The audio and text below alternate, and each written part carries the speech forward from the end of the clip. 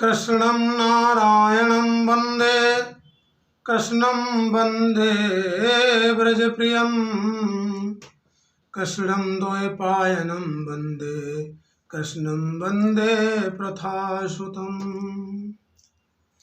सच्चिदानन्दरूपाय विश्वोत्पत्त्यादिहेतवे तापत्रय विनाशाय श्रीरामाय वयं नमः श्रीकृष्णाय वयं नमः सच्चिदानन्दाय वयं नमः।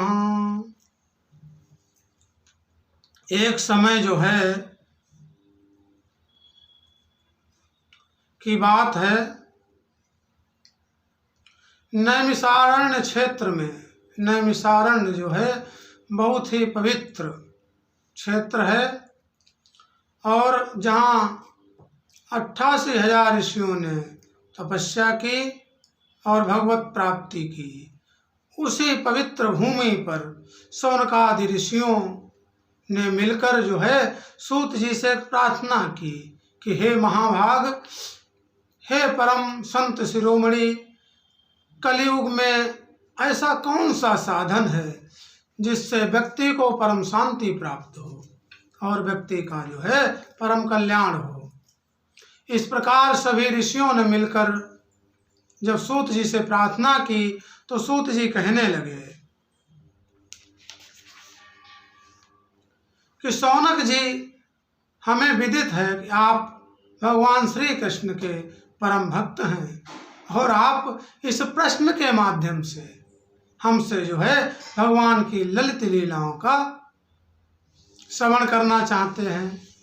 तो इस घोर कलयुग में जब व्यक्ति जब तप ज्ञान वैराग्य सभी से दूर होता चला गया, माया में इतना फंस गया है कि वो शुभ कर्म नहीं कर सकता, उस समय उस व्यक्ति को ऐसा क्या साधन है, ऐसी भगवान की क्या कृपा है कि वो मोक्ष प्राप्त कर सके और परम शांति को प्राप्त हो। तो इस साधन को सुनने के लिए आप सभी सावधान हो जाएं और अपने मन को एकाग्र चित्त करके और भगवान के श्री चरण कमलों में लगाकर और सुने। सूत जी कहते हैं कि जिस समय पर महाराज परीक्षित को श्री सुखदेव जी महाराज श्रीमद् भागवत महापुराण की कथा सुनाने के लिए तत्पर हुए, उसी समय स्वर्ग से देवता प्रकट हुए और महाराज परीक्षित से कहने लगे कि हे राजन, आपको जो है मृत्यु का भय है, आपको 7वें दिन तक्षक डस लेगा और आपकी मृत्यु हो जाएगी। तो आप ऐसा कीजिए, हम आपको अमृत दे देते हैं, हम अमृत कलश लेके आए हैं और आप हमें जो है भागवत का कथामृत दे दीजिए और बदले में हम आपको अमृत दे देंगे, आप अमर हो जाएंगे और आपको जो है तक्षक डस के मार नहीं पाएगा। तो महाराज परीक्षित विचार करने लगे कि ये भगवान का चरणामृत है, कथामृत है, कृपामृत है, और इस अमृत को छोड़कर मैं जो है देवताओं का दिया हुआ अगर अमृत ग्रहण कर लेता हूँ, कुछ समय के लिए अमर भी हो जाता हूँ, तो देवताओं की भी एक जीवन अवधि है और वो भी एक न एक दिन अपने देवलोक को छोड़कर इस पृथ्वी लोक पर जन्म लेते हैं। तो मुझे जो है भगवान की कथामृत का ही पान करना चाहिए। और उन्होंने बड़े आदर और श्रद्धा भाव से जो है वो सुखदेव जी महाराज से प्रार्थना की कि हे भगवान, आप मुझे उसी कथामृत का पान कराएं। सूत जी कहते हैं कि शौनक जी, जिस समय पर श्री भगवान सुखदेव जी महाराज ने मुझे अपना परम प्रिय शिष्य जानकर जो भगवान की लीलाओं का वर्णन एकांत में सुनाया था, मैं भी आज तुम्हें वही कथामृत प्रदान करूंगा। सनकादि ने पूछा, देखो उस समय क्या बहुत से ऋषि मुनि इकट्ठे हुए और सत्संग के लिए, और नारद जी बड़े उदास थे। तो सनकादिक ऋषियों ने नारद जी से पूछा कि हे नारद जी, आप इतने चिंतातुर क्यों हैं? आपको इतनी चिंता क्या है कि आपके मुखमंडल पर उदासी छाई है? तो नारद जी ने बड़े ही प्रेम से स्नेह पूर्वक सनकादि ऋषियों से कहा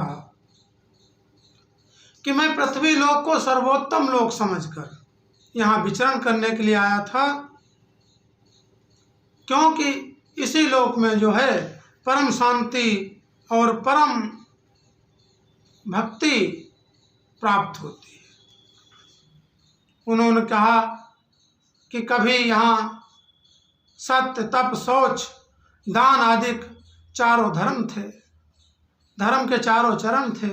आज कलयुग आने पर सभी और त्राही त्राही मची हुई है। सभी नर नारी जो है अधर्म में ग्रस्त हो गए हैं, और जो कपटी हैं, यवन है, म्लेच्छ हैं, उन्होंने भगवान के मंदिरों को तोड़ दिया है, तीर्थों में अनाचार दुराचार कर रहे हैं, गंगा जी, यमुना जी, सरस्वती मैया, सरजू मैया के जल को जो है अपवित्र कर रहे हैं। इस प्रकार से स्त्री पुरुषों में आपस में कलह है। ब्राह्मण जो है पैसे लेकर ही वेद सुनाते हैं, स्त्रियां जो है व्यभिचार करके ही अपना पेट पाल रही हैं। ऐसी स्थिति में मुझे जो है चारों तरफ त्राही त्राही सुनाई दे रही है, और मेरा मन इससे जो है बहुत दुखी है। एक और कारण है भगवान,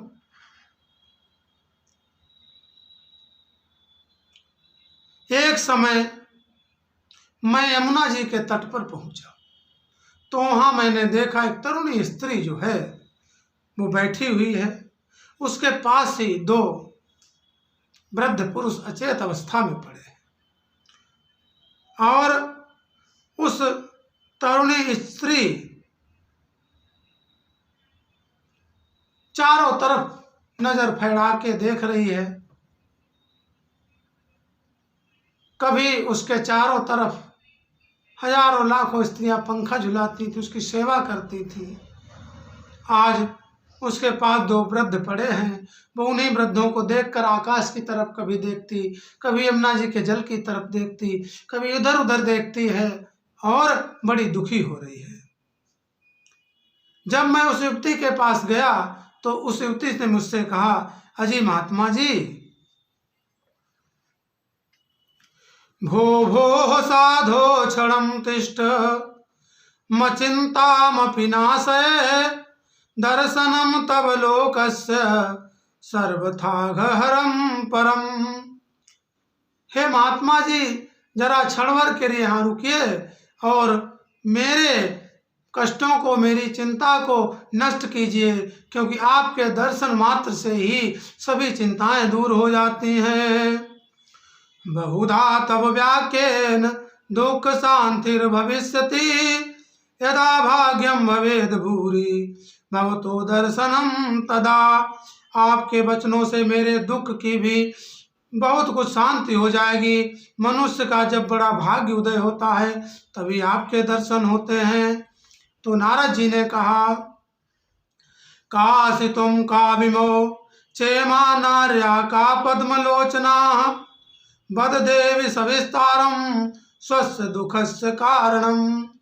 नारद जी ने कहा, हे देवी, तुम कौन हो, और ये दोनों पुरुष जो तुम्हारे पास पड़े हुए हैं ये कौन है? हे कमल नयनी देवियों, आप मुझे विस्तार से जो है अपना परिचय दीजिए। तब उन देवी ने कहा कि हे महात्मन, मेरा नाम भक्ति है, और ये ज्ञान और वैराग्य नामक मेरे पुत्र हैं। समय के फेर से ये आज वृद्धावस्था को प्राप्त हुए हैं,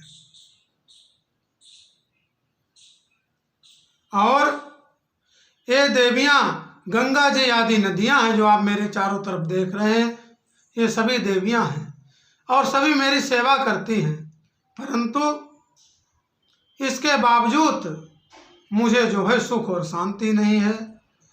हे देवर्षे, मैं द्रविड़ देश में उत्पन्न हुई, कर्नाटक में बढ़ी, कहीं कहीं महाराष्ट्र में सम्मानित हुई, किंतु गुजरात ने आकर बुढ़ापे में घेर लिया। वहां घोर कलयुग के प्रभाव से पाखंडियों ने मुझे अंग भंग कर दिया। चिरकाल तक यह अवस्था रहने के कारण मैं अपने पुत्रों के साथ दुर्बल और निस्तेज हो गई। अब जब से मैं वृंदावन आई तब से पुनः परम सुंदरी स्वरूपवती नवयुवती हो गई हूँ, किंतु सामने पड़े हुए मेरे ये दोनों पुत्र थके मादे दुखी हो रहे हैं। अब मैं यह स्थान छोड़कर अन्यत्र जाना चाहती हूँ। देवी कहने लगी कि मेरा बुढ़ापा तो दूर हो गया वृंदावन में आने से, परंतु मेरे दोनों पुत्र ज्ञान और वैराग्य जो हैं आज भी उसी बुढ़ापे की अवस्था को और उनका जो शरीर बिल्कुल क्षीण हो चुका है उसी अवस्था को प्राप्त हुए हैं।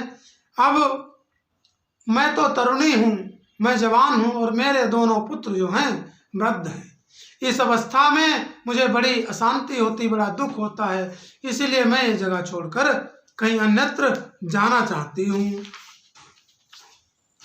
नारद जी कहने लगे, ज्ञानेनात्मनि पश्यामि सर्व में तत्वान गे, न विषादस्तुदया कार्यो हरि समते करिष्यति।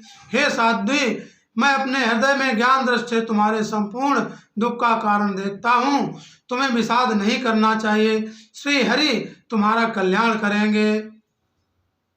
सूत जी कहते हैं, इस प्रकार नारद जी ने ध्यान लगाकर देखा तो उन्होंने देखा कि यह दारुण कलयुग है और इसी से सदाचार, योग मार्ग और तप आदि मार्ग जो हैं वो नष्ट हो गए हैं। बुद्धिमान पुरुष का धैर्य जाता रहा है, बड़े बड़े ज्ञानी पंडित जो हैं वे भी कष्ट को प्राप्त हो रहे हैं। पृथ्वी क्रमशः प्रतिवर्ष शेष जी के लिए भार रूप होती जा रही है। अब किसी को भी पुत्रों के साथ तुम्हारा दर्शन नहीं होता है। कलयुग में जो है ज्ञान और वैराग्य के साथ भक्ति का दर्शन दुर्लभ हो गया है। हे देवी, विषयानुराग के कारण अंधे बने हुए जीवों से उपेक्षित होकर तुम जर्जर हो रही हो। वृंदावन के संयोग से तुम फिर नवीन तरुणी हो गई हो। अतः यह वृंदावन धाम धन्य है जहाँ भक्ति सर्वत्र नृत्य कर रही है। वृंदावन धाम अपार और जपे चल राधे राधे। वृंदावन धाम अपार जपे चल राधे राधे। ये वृंदावन धाम है देवी, यहाँ भक्ति हर समय चारों प्रकार चारों तरफ जो है आनंद ही आनंद है, भक्ति भक्ति। इसलिए आप तो तरुणावस्था को प्राप्त हो गई हो, परंतु आपके दोनों पुत्र ज्ञान और वैराग्य ये वृद्धावस्था को ही प्राप्त हुए हैं। हे देवी, इसीलिए आपको जो है दुख नहीं करना चाहिए, क्योंकि ज्ञान और वैराग्य का आप कोई पृथ्वी पर ग्राहक नहीं रह गया है। भक्ति कहने लगी कि हे नारद जी, महाराज परीक्षित ने इस कलयुग को क्यों रहने दिया? जब कलयुग आया था तो उन्होंने कलयुग को नष्ट क्यों नहीं कर दिया? उन्हें सामर्थ्य होते हुए भी वो कलयुग को नष्ट कर सकते थे। नारद जी कहने लगे, देवी, यदि पृष्ठस्तया बाले प्रेमता श्रवणं कुरु, सर्वं वक्ष्यामि ते भद्रे कस्मलं ते गमिष्यति। यदा मुकुंदो भगवान क्षमा त्यक्त्वा स्वपदं गता, तद्दिनात् कलिरायात सर्व साधन बाधकः। कि जिस समय भगवान को पता चला कि अब कलयुग आने वाला है और वो भी इस भूलोक को छोड़कर अपने परम धाम को चले गए। दिग्विजय के समय राजा परीक्षित की दृष्टि पड़ने पर कलयुग ने दीनहीन शरण में उनकी शरण ली और जब महाराज परीक्षित कलयुग को मार डालने के लिए उद्यत हुए तो उसने विनय पूर्वक कहा कि हे महाराज, आपको मेरा वध नहीं करना चाहिए, क्योंकि जो फल तपस्या योग एवं समाज से भी नहीं मिलता, कलयुग में वही फल श्री हरि कीर्तन से ही भली भांति मिल जाता है। यत् फलम नास्ति तपसा न योगेन समाधिना तत्फलम लभते सम्यक् लोके सब कीर्तनात्। एकाकारं कलिं दृष्ट्वा सारवत्सार नीरसं विष्णुराता स्थापितवान् कलिजानां सुखाय च। श्री हरि कीर्तन से ही जो है परम फल की व्यक्ति को प्राप्त हो जाती है। सारहीन होने पर भी एक ही दृष्टि से सार युक्त कर उन्होंने कलयुग में उत्पन्न होने वाले जीवों के सुख के लिए ही इसे रहने दिया। महाराज परीक्षित ने विचार किया कि अन्य युगों में बड़ी तपस्या, बड़ा त्याग, बड़ा बलिदान करने से व्यक्ति को जो फल मिलता था, कलयुग में वही फल जो है सिर्फ भगवान के पावन नाम संकीर्तन से ही प्राप्त हो जाता है। तो उन्होंने ऐसा विचार करके इस कलयुग को जीवित रहने दिया और कलयुग को अपने राज्य में